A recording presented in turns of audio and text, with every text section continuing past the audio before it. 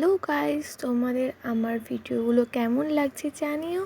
আমি চলে এসেছি আজকে কালী পুজোর গেট রেডি উইথ মি নিয়ে। এই কুর্তিটা আমাকে একটা ভাই রাখিতে গিফট করেছিল, আমার খুব পছন্দ হয়েছে। ইভেন কালারটাও ভীষণ সুন্দর ছিল।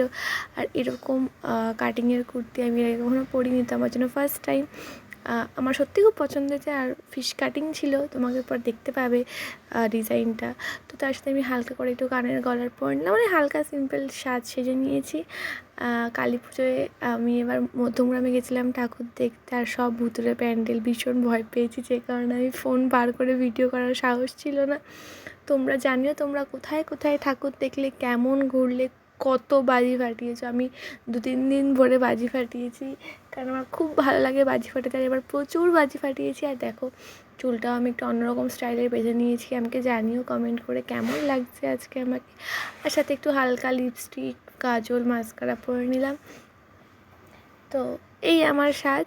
আর তোমরাও আমাকে প্লিজ কমেন্ট করে জানিও যে এরপর কীরকম ভিডিও দেখতে চাও। তো আমি এথনিক ড্রেস, যেটা টিপ ছাড়া অসম্পূর্ণ, তো আমি টিপ পরতে ভীষণ ভালোবাসি।